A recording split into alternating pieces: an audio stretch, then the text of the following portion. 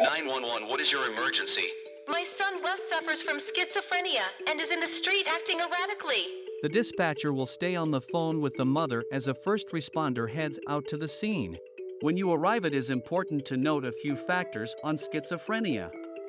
Signs and symptoms of schizophrenia might include hallucinations, false beliefs, self-harming or threatening to do so, disorganized thought and speech, and more. Is Russ displaying any other symptoms? Has Russ talked about harming himself or others? Is Russ a military veteran? Law enforcement officers who have had contact with Russ in the past should respond to provide a familiar face and consistency when possible. Persons diagnosed with schizophrenia can live a full and meaningful life. Sometimes these flare-ups can be caused by stress, non-compliance to medication routine, or changes in life circumstances. It is important to have one law enforcement officer approach from the front while speaking with Russ. The second will look for any weapons that can cause harm, providing safety and security. While you approach, make sure you're not blocking any doorways, don't touch or stand over the person in crisis, and don't rush them. Once the scene is secured, introduce yourself to Russ.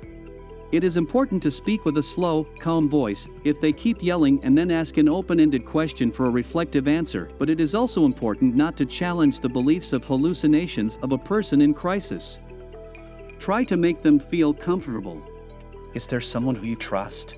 Is there someone who supports you? Is there someone you can call? I hear you. I have some friends who can help.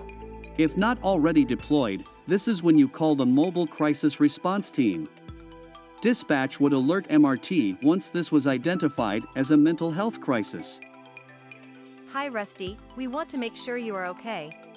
The MRT will provide an on-site mental health evaluation and assist in de-escalating the crisis situation.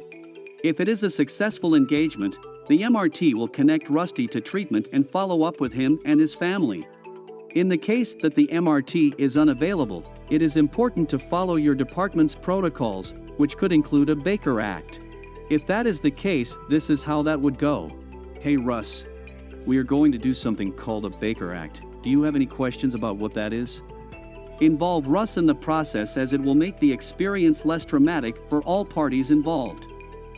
Building trust when dealing with a person in crisis is a key factor in making this a successful engagement. Be sure to reflect on your CIT training. Using your phone, please scan the QR code for a 2-minute survey and additional resource link.